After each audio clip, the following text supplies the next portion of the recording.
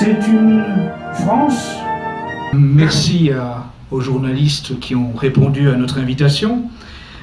Donc nous allons expliquer aujourd'hui pourquoi Civitas est devenu officiellement un parti politique, quelle va être sa stratégie, ses structures, ses orientations politiques. Premier préambule, bien sûr, c'est que si nous avons pris cette décision, c'est parce que nous considérons depuis longtemps que les catholiques sont des orphelins politiques. C'est un constat que nous faisons depuis plusieurs années. Nous espérions que le fait de le souligner depuis quelques ans allait faire comprendre à quelques personnalités politiques qu'il était important de se soucier des catholiques, que cet électorat n'était pas secondaire, que leur représentation sociologique était suffisante pour mériter un peu d'estime. Hélas, au contraire, nous avons constaté que d'année en année, le mépris à l'égard des catholiques s'est répandu de plus en plus dans la classe politique, malgré le fait que ces dernières semaines, on a vu notamment en ce qui concerne le début de campagne des primaires des Républicains, qu'au 15 août, tous se sont sentis étonnamment appelés par la messe, par les pèlerinages, par le site de Lourdes. C'est extraordinaire comme des Alain Juppé, des Fillon, des Sarkozy, tout d'un coup ont trouvé une part d'âme catholique au fond d'eux-mêmes. C'est donc que cette réalité d'un électorat catholique, ils en ont quand même, au fond, bien conscience. Alors, dans l'esprit, bien sûr, nous sommes donc très différents de ce qu'est un parti politique. Nous sommes différents dans le sens où nous nous distinguons nettement de toutes les connotations de particratie et de compromission qui y sont généralement associées. Nous allons faire notre entrée sur l'échiquier politique, ce qui passe aussi par le fait de participer à des campagnes électorales, naturellement, mais nous allons le faire sans nous soucier de cette conception malsaine de l'électoralisme qui se traduit par un discours autocensuré, une logorrhée molle et consensuelle, un renoncement aux principes, tout cela pour mendier un pourcentage supplémentaire dans les sondages. Chez nous, n'attendez rien de cela. Il est hors de question que nous rampions pour être bien vus d'un système que nous détestons. Bien au contraire, nous allons mettre les pieds dans le plat, si vous me permettez l'expression, nous l'assumons.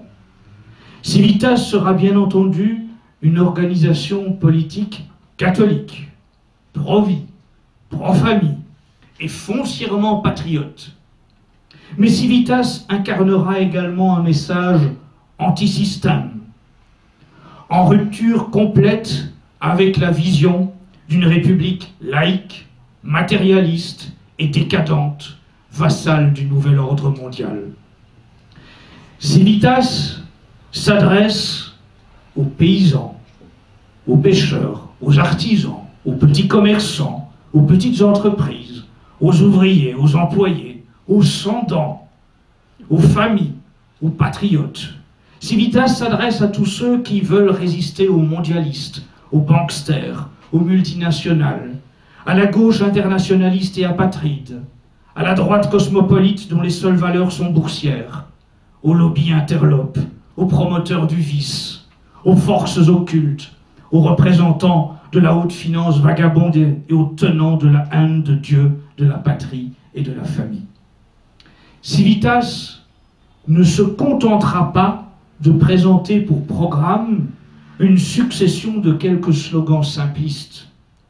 J'ai d'ores et déjà fait appel à différentes personnalités, dont plusieurs sont autour de moi aujourd'hui, qui chacune dans son domaine de compétences présenteront ultérieurement des mesures détaillées pour restaurer la France et servir le bien commun.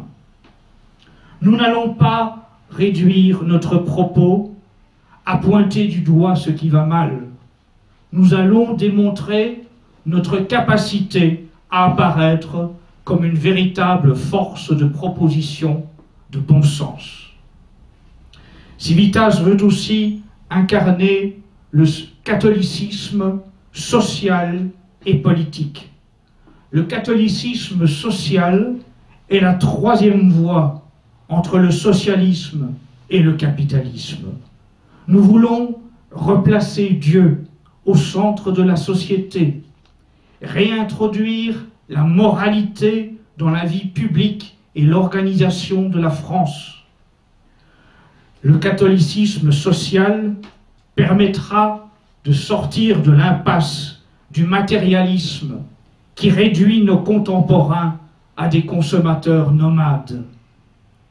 Nous allons prôner le rétablissement des corporations professionnelles qui sont le socle de ce catholicisme social et sur lequel il faut compter pour sortir de la lutte des classes.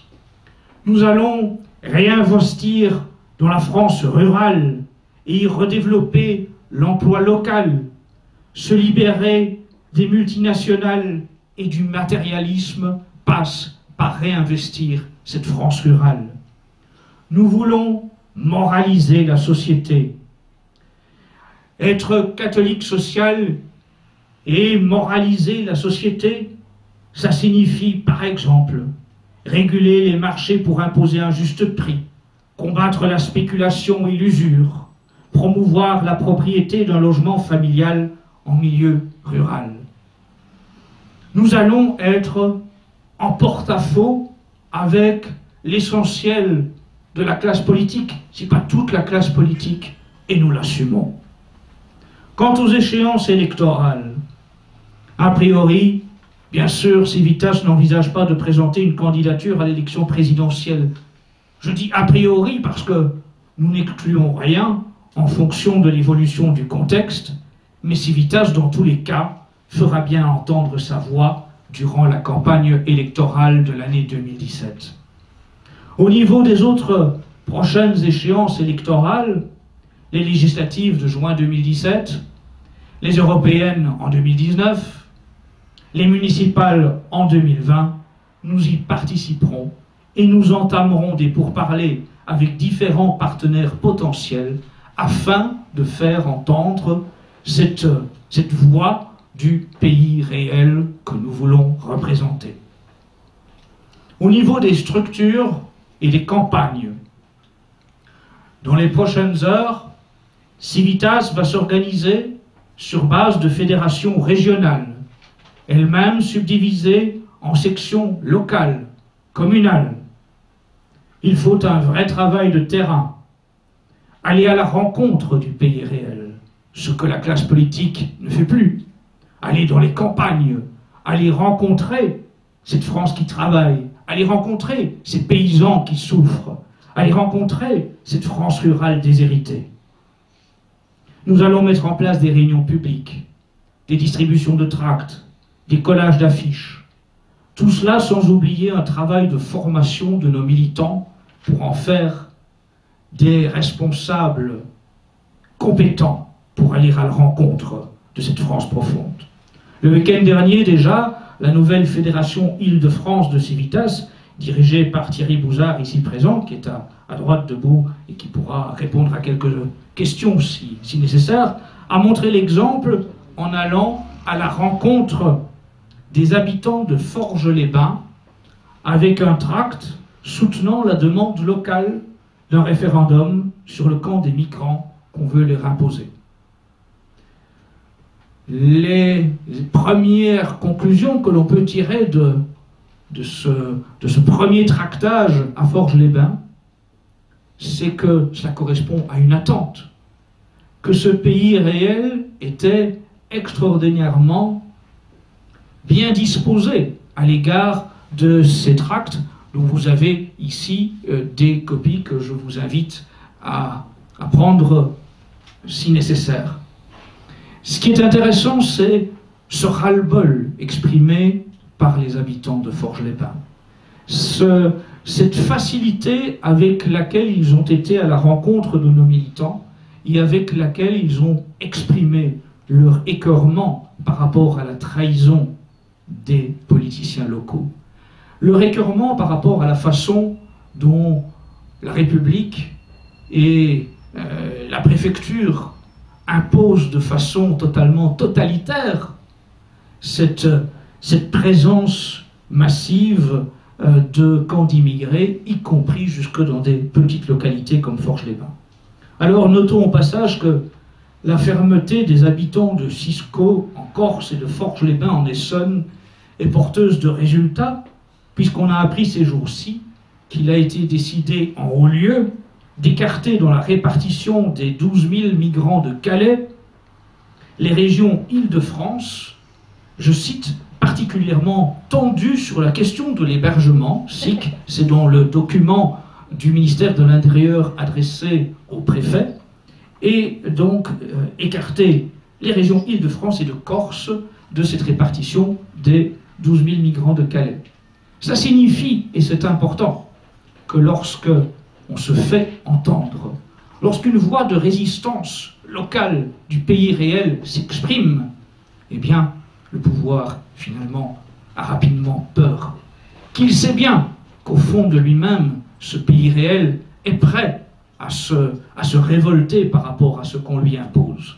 Et qu'au final, eh bien, cette résistance paye, et que par contre, ceux qui sont restés quoi, ceux qui ont eu peur, ceux qui n'ont pas pris la parole, eh bien ceux-là vont écoper du quota d'immigrés des communes qui ont résisté. C'est la loi de la jungle. Par ailleurs, 2 campagnes nationales débutent dans les prochains jours. L'une est intitulée « Terrorisme, immigration de grands remplacements ». Les responsables sont au gouvernement. Nous voulons absolument souligner à quel point on nous trompe en permanence dans le traitement de l'information à propos de cette immigration, à propos aussi du terrorisme, à quel point, finalement, il faut quand même en être conscient, ces terroristes ne sont pas arrivés tout seuls un beau matin sans qu'on leur prépare le terrain, et nous rappelons cette fameuse phrase de Laurent Fabius. Sur le terrain, ils, parlant d'Al-Nosra, font du bon boulot, disait le ministre des Affaires étrangères en décembre 2012. Eh bien oui, les responsables sont au gouvernement. L'autre campagne que nous allons lancer dans les tout prochains jours est intitulée « Les banksters, puis votre épargne, Civitas vous défend ».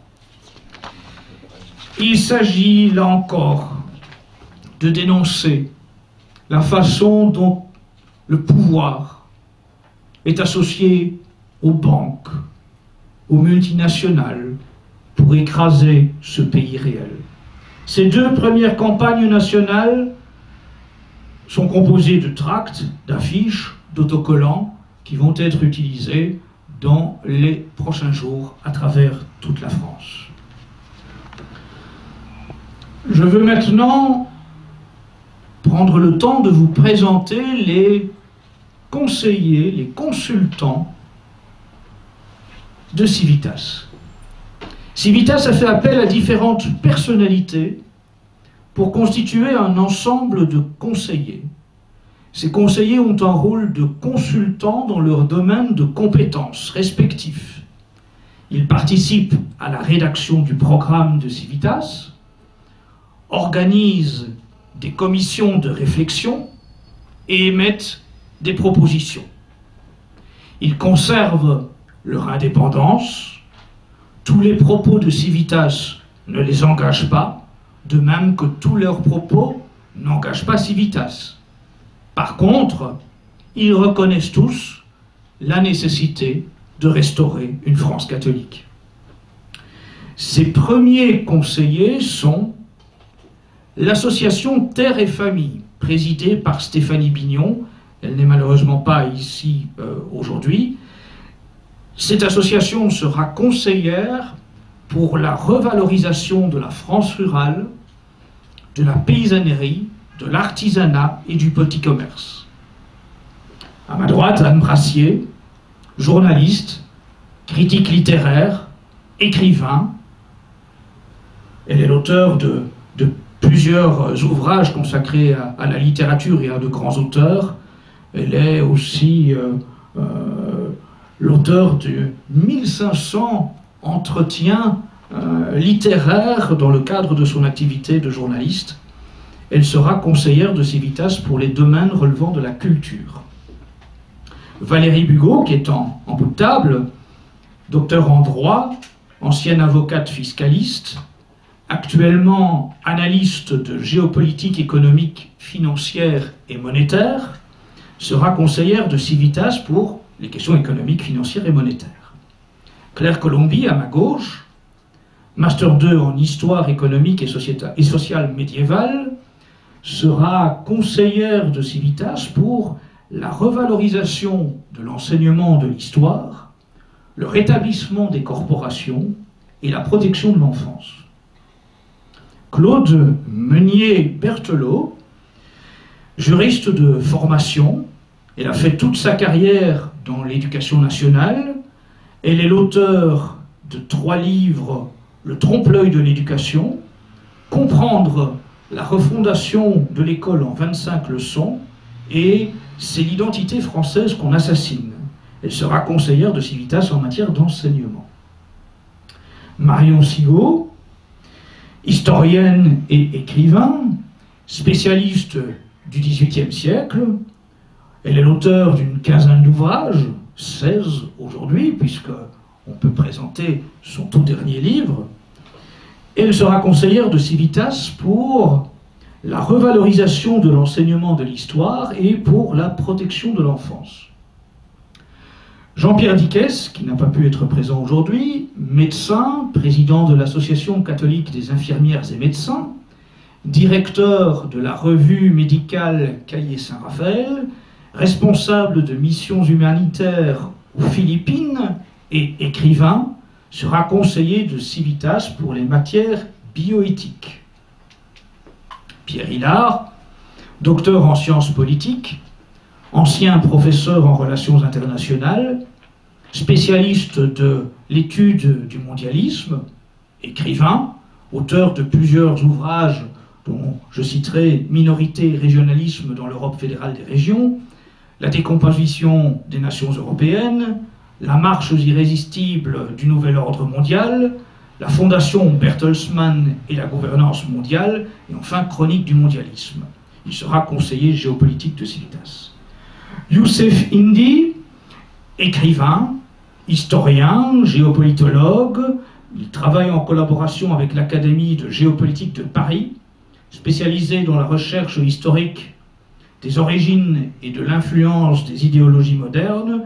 Il analyse la géopolitique sur la longue durée au travers de l'influence qu'exercent sur celle-ci les courants idéologiques. Il est l'auteur de 2 ouvrages, Occident et Islam, source et genèse messianique du sionisme de l'Europe médiévale au choc des civilisations, et les mythes fondateurs du choc des civilisations. Il sera conseiller géopolitique et stratégique pour Civitas. Enfin, Jean-Michel Vernochet, ancien journaliste au Figaro Magazine, écrivain, membre de l'Académie de géopolitique de Paris, il sera conseiller de Civitas en relations internationales et diplomatie. Civitas appelle bien sûr d'autres spécialistes à rejoindre ses équipes de conseillers. Ce sera le cas dans les prochains jours et les prochaines semaines. Alors, je veux vous donner un avant-goût aussi des orientations. Le programme de Civitas, en réalité, nous allons en détail vous le présenter au gré d'une succession de conférences de presse qui seront à chaque fois monothématiques, de façon à ce que chacun de ces conseillers puisse exprimer jusque dans les détails les modalités de ce que nous pensons être nécessaire pour restaurer la France dans les différents domaines. Nous allons de la sorte montrer que nous ne sommes pas dans le superficiel, que les les gens qui ont été choisis pour conseiller Civitas, eh bien, connaissent leur dossier, sont compétents et vont faire des propositions très concrètes. Mais je veux quand même, bien sûr, vous donner les grandes orientations. À travers environ 25-30 mesures, les premières que je vais vous livrer, qui vous donneront tout de suite l'idée du caractère de rupture que nous allons proposer. Ils ne seront pas présentés dans un ordre de priorité. Ils sont exposés dans un relatif désordre, mais de façon à ce que dans différents domaines, les Français puissent mesurer à quel point nous allons être différents des autres formations politiques. Alors, premier point, abrogation de la loi de séparation des églises et de l'État et rétablissement du catholicisme comme religion d'État. Cette rupture que nous voulons radicale avec la laïcité, qu'elle soit bien comprise, parce qu'aujourd'hui, dans l'opinion publique et dans les médias, beaucoup ne sont plus suffisamment formés au fait de la réalité de ces questions pour comprendre toutes les nuances qu'elles impliquent. Lorsque la France était catholique, ça ne signifiait pas que le pouvoir imposait à tous les Français d'être catholiques. Qu'on se comprenne bien. Lorsque la France avait choisi la religion catholique comme religion d'État, cela ne voulait pas dire que les autres croyances étaient interdites en France. Mais cela veut dire que, dans les faits, oui, il y a une différence de traitement entre les religions que nous voulons établir et que nous voulons remonter aux racines de la France, cette France dont le baptême de Clovis est un moment essentiel, fondateur, et nous voulons donc rétablir ce lien prépondérant entre l'État français et la religion catholique. Deuxième mesure, abrogation de la loi Taubira avec clause de rétroactivité pour l'annulation des mariages, des 10 mariages homosexuels et de tous leurs effets. Troisième point, abrogation de la loi Veil et interdiction de l'avortement en conséquence. Quatrième point, abrogation de la loi Guesso et de tous ces corollaires qui tentent à museler la parole. Cinquième point, interdiction de la procréation médicalement assistée et de la gestation pour autrui. Sixième point, concernant les sociétés secrètes. Dans un premier temps, et sous peine d'interdiction d'exercice de la fonction, obligation à rendre publique l'adhésion à la franc-maçonnerie ou à toute autre société secrète dans les cas suivants: élus politiques, candidats aux élections, magistrats, fonctionnaires et journalistes. Dans un second temps, interdiction de la franc-maçonnerie et de toutes les sociétés secrètes entraînant l'interdiction d'adhérer ou de fréquenter une société secrète. Point suivant. Suppression de tous les avantages fiscaux accordés aux partis politiques. Point suivant. Suppression de toutes les subventions à la presse. Si la presse a des lecteurs, elle doit pouvoir en vivre. Si la presse ne trouve pas de lecteurs, c'est qu'elle mérite d'être sanctionnée. Ce n'est pas à l'État ni aux contribuables à la faire vivre artificiellement. Point suivant, suppression du financement public des centrales syndicales. Il n'y a pas de raison que ce soit le contribuable qui paye les centrales syndicales. Point suivant, suppression à tous les échelons de l'État et des collectivités territoriales et locales des subventions accordées aux associations, hormis celles dont l'objet exclusif est la recherche médicale, la préservation du patrimoine, l'activité sportive, l'aide au troisième âge, aux enfants défavorisés, aux personnes handicapées, aux anciens combattants, aux victimes de guerre, d'attentats, de la criminalité ou des catastrophes naturelles. Cette liste n'est pas nécessairement exhaustive, mais nous voulons par là mettre fin aux subventions des innombrables associations parasites qui mènent des activités de subversion en France avec l'argent du contribuable français. De même, suppression de tous les avantages fiscaux accordés à ces mêmes associations, hormis les seules véritables associations d'intérêt général dont nous avons cité les principales activités. Point suivant. Interdiction dans toutes les écoles et universités d'activités menées par des organisations communautaires et des lobbies.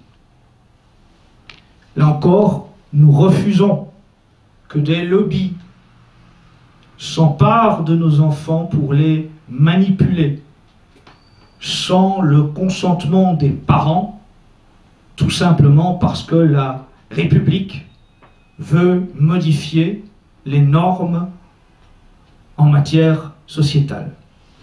Point suivant. Abrogation de tous les protocoles signés entre l'État ou l'un de ses ministères et des associations de type communautariste, LGBT, CRIF, LICRA, etc. Il n'y a pas de raison que ces associations puissent obtenir un rôle privilégié aux yeux de l'État. Point suivant, rétablissement des corporations professionnelles. C'est le socle de ce catholicisme social qui doit être les bases demain d'un État nouveau qui réoffre au pays réel la véritable liberté hors de ce socialisme et de ce libéralisme. Point suivant, la simplification majeure des obligations administratives des paysans, des artisans, des commerçants, des professions libérales et des petites entreprises, trop souvent étranglées, accaparées par cet État et par toutes ces charges administratives extrêmement contraignantes. Point suivant, suppression des droits successoriaux. Il est absolument scandaleux que pour les héritiers en ligne directe, ils soient amenés à, en quelques générations, payer une seconde fois chaque bien acquis par une famille. Point suivant, arrêt de toute immigration d'origine extra-européenne. Il va de soi qu'il est grand temps de mettre fin à cette immigration de grand remplacement qui est organisée, et je dis bien organisée. On a vu il y a quelques jours des documents rendus publics par Wikileaks montrant notamment le rôle d'un financier, d'un milliardaire cosmopolite, George Soros, pour accentuer ce processus d'immigration en Europe. Il faut mettre fin à cela. Il faut libérer le continent européen de cette pression qui vise à déstabiliser notre continent. Point suivant, organisation de la rémigration de tous ces immigrés arrivés au cours des 2 dernières années à travers de soi-disant campagnes destinées à accueillir des gens fuyant la guerre.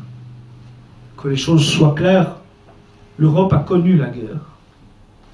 L'Europe a connu la guerre, elle a connu l'exode.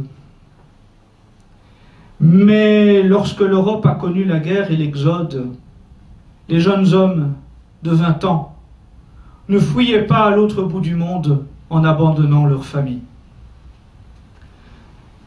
Les femmes et les enfants étaient mis à l'abri, et les hommes, eux, remplissaient leur devoir lorsqu'ils étaient en âge de le faire.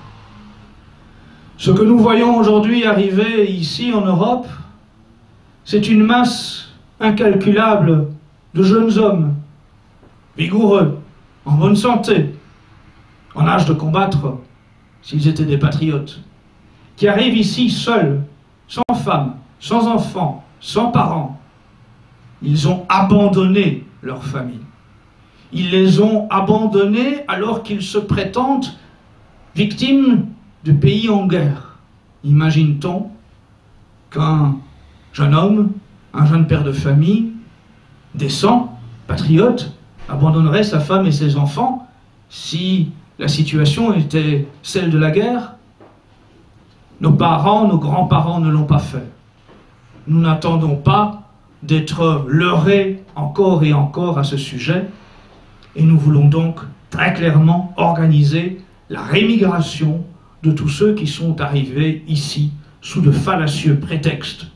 De même que dans une phase suivante, il faut organiser la rémigration de tous ceux qui, aujourd'hui, vivent au crochet de la France et des Français.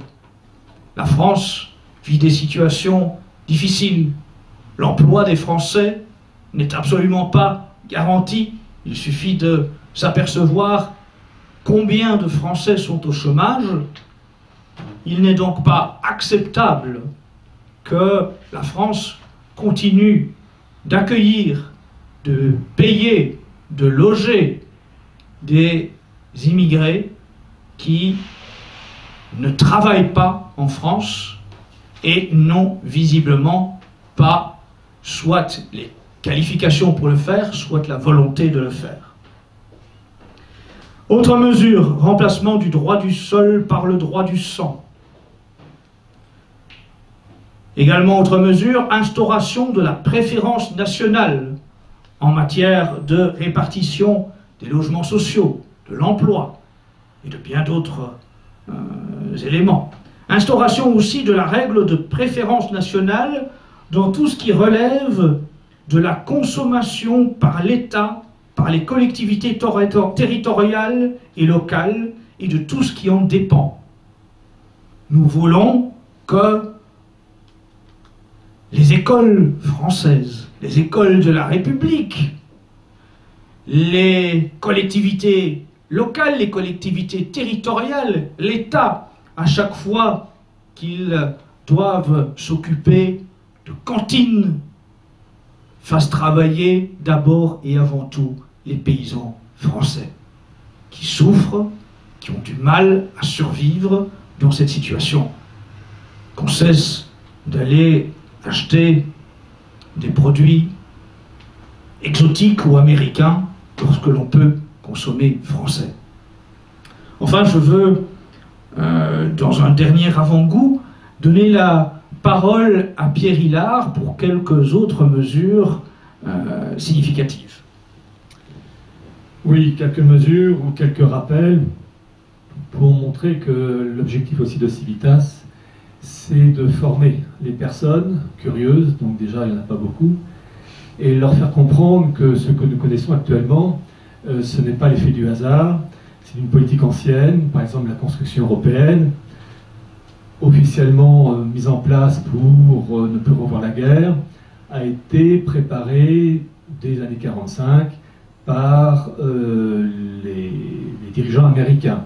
Vous avez en particulier un universitaire américain, Joshua Paul, qui a prouvé, grâce à des archives déclassifiées de la CIA, que des personnages comme Joseph Ratzinger, qui est encore plus important que Jean Monnet, comme Paul Henri Spaak, comme Schuman, étaient financés par les Américains. Il faut bien comprendre que la construction européenne n'est pas une finalité, mais une étape vers la gouvernance mondiale. Alors vont-ils réussir? À mon avis, ils vont échouer à un moment donné, cette tour de Babel va s'écrouler. Mais avant, il faut connaître les véritables acteurs et comprendre que nos dirigeants politiques sont, les dirigeants occidentaux, et les Français en particulier, sont acquis à la cause atlantiste. Et on peut, par exemple, citer cette organisation ô combien officielle, qui est la French American Foundation, la fondation franco-américaine, créée dans les années 70 par Giscard d'Estaing et Gerald Ford, président des États-Unis, et qui est actuellement chapeautée par un personnage qui s'appelle Ezra Suleiman, et qui recrute des personnes, selon l'expression officielle, appelées à occuper des postes élevés, que ça soit dans le domaine politique, économique, journalistique, ce qui fait que, par exemple, vous avez parmi les journalistes un Laurent Geoffrin qui fait partie de la French American Foundation, mais aussi parmi les hommes politiques, des Alain Juppé, ou encore notre président de la République encore française, François Hollande. Donc c'est toujours intéressant de voir que ces personnes qui ont passé, si je puis dire, un examen pour devenir membres de la FAF, la French American Foundation, eh bien, ils ont montré patte blanche et donc fatalement ils vont avoir une politique tendant au mondialisme, en tout cas favorable à la construction européenne, favorable au marché transatlantique qu'on tente de mettre en place, là aussi marché transatlantique qui officiellement a été annoncé par le président Obama en février 2013 lors d'un discours sur l'état de l'Union, mais la chose était archi-officielle, apparemment tout le monde est tombé des nues, puisque ces documents en faveur du marché transatlantique sont tout simplement sur le site de la Commission européenne. La déclaration transatlantique de 1990, le nouvel agenda transatlantique de 1995, le partenariat économique transatlantique de 1998 sont sur le site de la Commission européenne. Marché transatlantique qui a été en fait lancé à l'origine par les Américains dès 1939, avec un certain Clarence Streit, en liaison avec William Donovan, qui allait devenir, durant la Seconde Guerre mondiale, le patron des services secrets, l'OSS, futur CIA. Et donc, on voit que c'est un projet de très longue haleine, et nos dirigeants français, allemands, etc., et italiens, jouent un rôle éminemment important. Et l'objectif, c'est une gouvernance mondiale, avec volonté de dissoudre les peuples, de déraciner, c'est l'élément clé, les peuples européens, destruction de la famille, la cellule classique, immigration. Et il est bon de rappeler que tout ce qui se met en place, ne serait-ce que je pense au quinquennat de François Hollande, il a quand même réussi à faire passer de 22 à 13 régions. Là aussi, ça rentre dans cette volonté de créer l'Europe des régions, avec une Europe des États européens qui se fragmente. Il suffit de regarder ce qui se passe en Espagne avec la Catalogne, la Flandre, en Belgique, en Écosse, ou bien la création de ce qu'on appelle les fameuses euro-régions, qui sont finalement les futurs départements de l'Union européenne. Et il est intéressant de voir qu'un institut européen comme l'ARF, l'Association des régions frontalières européennes, dont un de ses présidents dans les années 80 s'appelait Wolfgang Schäuble, l'actuel ministre des Finances du gouvernement Merkel, a pour objectif de transformer les frontières d'État en frontières administratives. C'est le texte officiel. Et l'objectif, c'est de créer ensuite des euro-régions, c'est-à-dire des régions de part et d'autre des frontières devenues fictives, administratives. Par exemple, c'est le cas de Alsace-Pays-de-Bade, qui peu à peu émerge et échappe à l'autorité étatique française et allemande pour former un sort de gros département au niveau de l'Union européenne. Et ces euro-régions vont de pair avec la création d'un marché transatlantique, car évidemment, pour les multinationales, il est toujours plus intéressant de s'adresser directement à la région sans passer par les États français, italiens, espagnols. Il est bon de rappeler aussi, il faut une véritable formation, que vous avez ce qu'on appelle le prix Charlemagne. Le prix Charlemagne, qui est la plus haute distinction donnée aux personnes œuvrant en faveur de la construction européenne, et le premier à l'avoir reçu en 1950, c'est quand même Richard de Coudenhove-Kalergi, le fondateur de la Pan-Europe, qui déjà dans un ouvrage de 1925, qui est disponible en français et en allemand, littéralement en français c'est idéalisme pratique, Praktischer Idealismus, appelait à la mise en place d'une Europe à la population bigarrée. Je crois que l'expression qu'il utilise c'est négroïdo-eurasienne, l'expression officielle. Donc c'est très intéressant de voir que c'est un programme de très longue haleine. Prix Charlemagne, je rappelle, donné aux personnes œuvrant en faveur de la construction européenne. Alors, on l'a reçu Angela Merkel, Winston Churchill, Valéry Giscard d'Estaing, Juan Carlos, mais chose très intéressante, et ça montre que cette construction européenne est vraiment inféodée aux intérêts américains, vous avez quand même le président Bill Clinton qui a reçu le prix Charlemagne en 2000. Et il est très intéressant de voir que dans son discours de remerciement, il rend hommage à la régionalisation de l'Europe. Évidemment, ce n'est pas pour défendre le béret basque ou les costumes régionaux de Bretagne, par exemple, c'est parce que tout simplement, là aussi, les multinationales ont tout intérêt à s'adresser aux régions de plus en plus comment dire, technocratique, avec ces fameuses eurorégions. Je rappelle aussi qu'en 1988, le prix Charlemagne a été donné à Henry Kissinger. C'est quand même révélateur, et pour ceux qui voudraient vérifier, vous allez sur le site www.karlsprice.de et vous aurez les noms et les discours. Donc l'intérêt de Civitas, c'est de donner l'information non pas complotiste. C'est ça qui est terrible, dès qu'on commence à sortir certaines informations, on est traité de tous les noms, simplement d'informations officielles. Il faut toujours s'appuyer sur des documents officiels, mais qui sont discrets, ou en tout cas qui ne sont pas annoncés au journal de 20 heures. L'exemple de la construction du marché transatlantique est révélateur. Il a fallu attendre 2013 pour que la chose soit officielle, alors que c'était annoncé depuis déjà 1939, mais déjà, en fait, depuis la chute du mur de Berlin. Donc un effort d'information, un peu comme un médecin légiste, qui voit les faits et qui fait un compte rendu. On aime, on n'aime pas, mais c'est comme ça. J'ajoute que l'objectif aussi, c'est d'alerter, en plus des intégrations des États, de la construction européenne, de la gouvernance mondiale, qu'il y a une accélération extraordinaire, et les médias officiels vont sûrement en parler énormément, en faire des émissions abondantes. C'est qu'à la fin du mois, 30 septembre, 1er octobre, vous avez, dans le cas du FMI, la mise en place d'un panier de monnaies. Alors pour le moment, vous avez le dollar, le yen, la livre sterling et l'euro, et vous avez une cinquième monnaie qui rentre, qui est le yuan. Et l'objectif, à partir de ce panier de 5 monnaies, c'est de préparer la mise en place d'une monnaie mondiale dans le cas des DTS, littéralement les droits de tirage spéciaux qui ont été lancés en 1969, donc là aussi ça remonte un peu, et qui sont, si je puis dire, ces DTS, le préambule, le début pour favoriser une monnaie mondiale qui a été annoncée là aussi de la manière la plus officielle possible au mois de janvier 1988, par la revue The Economist, donc porte-parole de la City. Et vous pouvez trouver la couverture de la revue et l'article qui va avec sur Internet, en particulier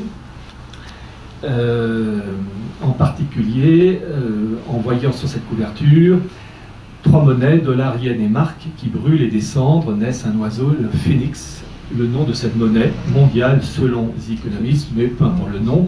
Après tout, Keynes, en 1944, dans Bretton Woods, proposait le nom d'une monnaie mondiale qui s'appelait le Bancor, terme qui a été repris par le FMI dans un rapport, je crois, d'avril 2010, par Strauss-Kahn pour mettre en place une monnaie mondiale. Et vu qu'il heurtait, à mon avis, à l'époque, les intérêts américains, il a eu quelques soucis après.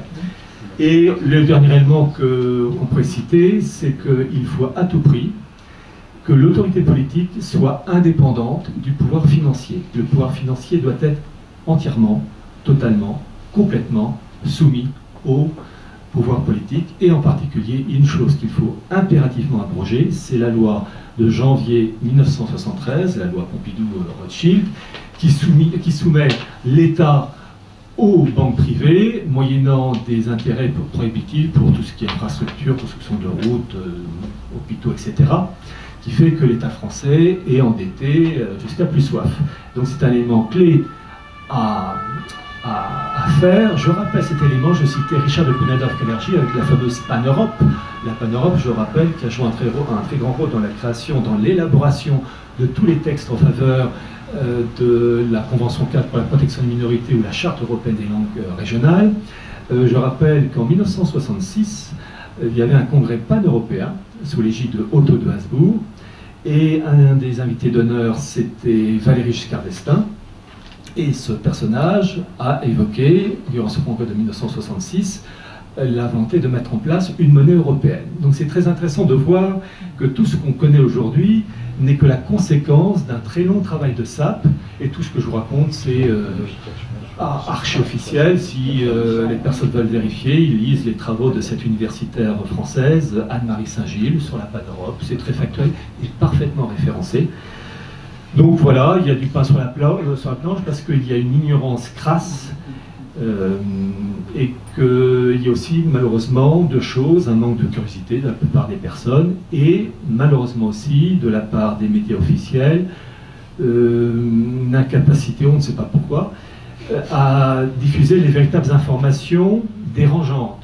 J'entends de voir au journal de 20h un journaliste dire que François Hollande a été recruté dans le cadre de la fondation franco-américaine, la FAF, au même titre qu'Alain Juppé, ou la directrice de cabinet quand Sarkozy était président, Emmanuel Mignon.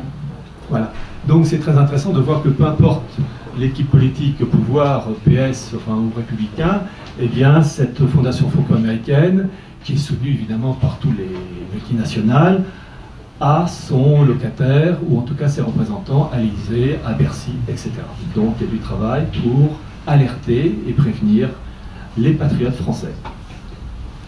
Alors, deux derniers points que je vous présenterai de cet avant-goût de programme et qui correspondent à ces propos de Pierre Hilard sur l'indépendance que la France doit retrouver. Eh bien, c'est bien sûr la sortie de l'organisation militaire intégrée de l'OTAN et c'est aussi le Frexit. Alors, que l'on comprenne bien, si nous avons choisi cette trentaine de mesures, ce n'est pas parce qu'elles sont les seules auxquelles nous songeons, loin de là. Il n'y a pas de notre part de volonté non plus d'oublier toute une série d'autres mesures que nous présenterons dans les prochains jours, que les gens qui nous écoutent ou nous regardent à travers les reportages qui sont faits de cette conférence de presse sachent bien que dans les prochains jours et les prochaines semaines, nous allons être beaucoup plus complets dans tous les domaines. Vous avez vu l'éventail de compétences rassemblées aujourd'hui pour cette conférence de presse, l'éventail de domaines qui vont être traités à travers les gens qui sont autour de moi. Donc attendez-vous dans les prochaines semaines à beaucoup d'autres mesures qui toutes seront en véritable rupture avec le système actuel. Alors encore un appel, je veux m'adresser à ceux qui verront les images de cette conférence de presse.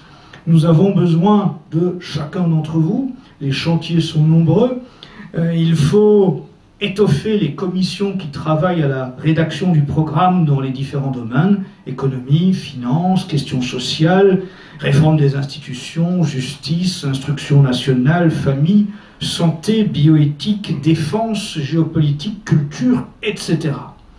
Il nous faut des compétences en matière de communication, il nous faut des volontaires pour rapidement mettre en place cette implantation territoriale de Civitas jusque dans les plus petits de nos villages, il nous faut des militants pour assurer la visibilité de Civitas, il nous faut des bonnes volontés pour tout ce qui relève de la logistique, l'organisation d'événements, les services d'accueil, de sécurité. Nous recherchons aussi des locaux qui pourraient être mis à disposition de Civitas, occasionnellement pour des réunions ou plus régulièrement pour des permanences ou du stockage de matériel. Il nous faut bien évidemment des moyens financiers, ce qui passe par la générosité de ceux qui le peuvent et qui attendaient une autre politique, celle du pays réel. Eh bien, il y aura une grande campagne d'adhésion ainsi que d'abonnement qui va démarrer dans les prochains jours. Enfin, nous avons besoin, bien sûr, de vos prières, nous sommes catholiques, pour que cette entreprise mérite les grâces indispensables à l'accomplissement de cette mission. Alors, j'imagine que tout ce que je viens de dire suscitera la moquerie et l'ironie de certains. Et pourtant, il suffit de regarder hors de France pour s'apercevoir que mes propos ne sont pas fantaisistes. En Suisse, le parler vrai d'Oskar Freisinger, que j'ai rencontré il y a quelques jours, l'a bien conduit au pouvoir dans le Valais, où il est conseiller d'État, c'est-à-dire rang de ministre chez nous, tandis que son parti, l'UDC, est devenu premier parti de Suisse. Ce parler vrai, c'est bien ce que l'opinion publique attend et c'est ce que nous allons lui proposer. En Allemagne, le vote patriote a adressé il y a quelques jours un camouflet au pouvoir en place. C'est déjà un signe. En Hongrie, en Pologne, en Slovaquie, en Tchéquie, la référence au christianisme, couplée à la référence au patriotisme s'est désormais imposé naturellement dans les assemblées politiques. Que ceux qui rient, se moquent ou ironisent aujourd'hui de ce que nous allons proposer réfléchissent bien sur ce que ce pays réel pourrait bien apporter comme camouflet aux moqueurs, demain ou après-demain, parce que c'est ce que ce pays réel attend, nous en sommes persuadés. Alors maintenant, nous sommes toutes et tous à votre disposition pour toutes les questions. N'hésitez pas, dans les différents domaines de compétences des uns et des autres, ou bien au niveau de la stratégie de Civitas, nous sommes à votre disposition. Oui, monsieur. Bonjour, Marc Devenny du Figaro. En 2017, Jean-Marie Le Pen a proposé de soutenir des candidats financièrement et en apportant son nom. Est-ce que Civitas pourrait faire partie de ces candidats? Écoutez, nous entamerons des pourparlers dans les prochains jours avec toute une série d'interlocuteurs politiques et nous n'avons aucun tabou. Je ne vous dirai pas oui ou non aujourd'hui, nous verrons bien. Jean-Marie Le Pen est un ami que je rencontre de temps en temps, mais dans tous les cas, je tiens à dire que nous n'avons aucun tabou. Ça, c'est certainement ce que nous voulons marteler. Est-ce que vous comptez changer la Constitution? Il y a un certain nombre des mesures que vous avez proposées qui aujourd'hui apparaissent inconstitutionnelles. Ah mais naturellement, ça va sans dire. Lorsque, dès le premier point, je parle de la suppression des lois de 1905 de séparation de l'Église et de l'État, et le rétablissement du catholicisme comme religion d'État, ça signifie que je veux l'inscrire dans la Constitution, naturellement, bien sûr. De la même façon que Civitas veut inscrire dans la Constitution que le mariage est nécessairement l'union d'un homme et d'une femme. Puisque désormais, même ce genre d'élément le plus normal et le plus naturel doit être rappelé. Ça évoluerait vers un régime présidentiel renforcé, un régime plus parlementaire?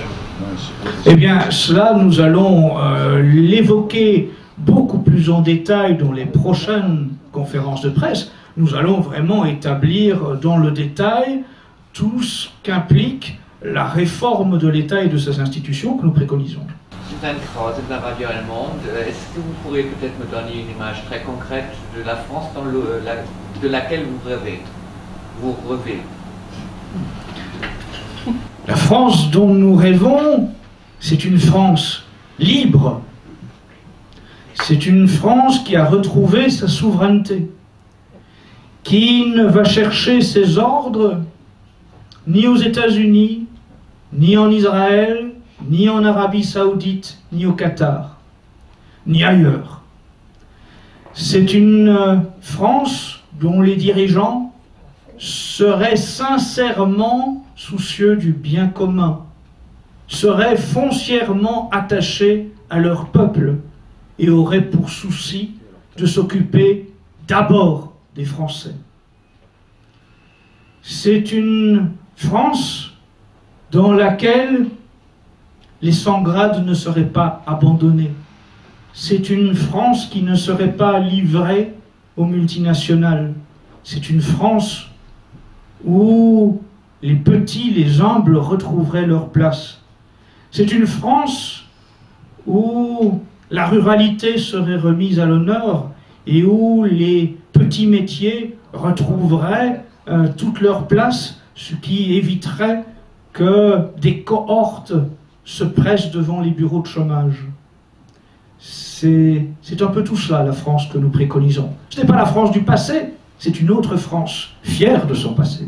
Ah, bien entendu, il y aura dans les prochaines semaines et les prochains mois toute une série de conférences que vous pouvez appeler meetings, réunions publiques, de toutes les façons, aussi bien dans des petites localités que dans des grandes villes, à la fois soit organisées par Civitas, soit à l'invitation d'autres mouvements. Donc il va de soi que nous allons sillonner la France, que nous allons organiser un véritable Tour de France. et que chacune des personnes autour de la table sera amenée dans son domaine à aller expliquer quelles sont ces mesures qui doivent aider à relever la France. Oui ? Excusez-moi rapidement, vous avez évoqué plusieurs fois des possibilités de dialogue avec d'autres formations, organisations. Est-ce que vous pourriez nous donner une idée de quels sont les partenaires auxquels vous voudriez vous adresser? Alors, je ne vais pas vous donner une liste de mouvements ou de personnalités avec lesquelles nous allons prendre contact dans les prochains jours. Je pense que vous vous en apercevrez au gré des communications qui se feront et des apparitions de telle ou telle personnalité évoquant l'activité de Civitas dans les prochaines semaines ou dans les prochains mois. Je veux simplement dire que, d'une part, évidemment, lorsque nous présentons un avant-goût de ce programme avec les mesures que nous avons citées, ça signifie évidemment que nous ne sommes pas dans la mollesse et dans la négociation avec ceux qui veulent continuer à travailler à l'asservissement de la France. Nous ne sommes pas non plus en quête de continuer à travailler dans un contexte qui place la République maçonnique au-dessus de tout, comme si ces soi-disant valeurs de laïcité étaient intangibles. Donc cela évacue une série de personnages aussi. Nous allons, dans tous les cas, voir tout simplement quels sont ceux qui, dans le paysage politique, vont comprendre au gré des mois, en fonction je pense aussi, en fonction de la façon avec laquelle nous allons imposer notre visibilité dans la campagne. Parce que c'est ça aussi qui va peut-être déstabiliser certains personnages politiques, c'est qu'à partir du moment où nous serons là où est le peuple, à partir du moment où nous serons là où est le pays réel, eh bien, il faudra bien à un moment ou l'autre que certains commencent à compter avec nous.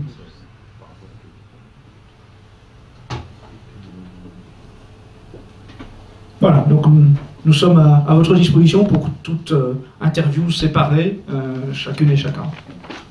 Bravo, monsieur Scala. Merci. Oui, ça défrise un peu. C'est le but. C'est le but. C'est un discours qu'on n'a pas l'habitude d'entendre en France actuellement.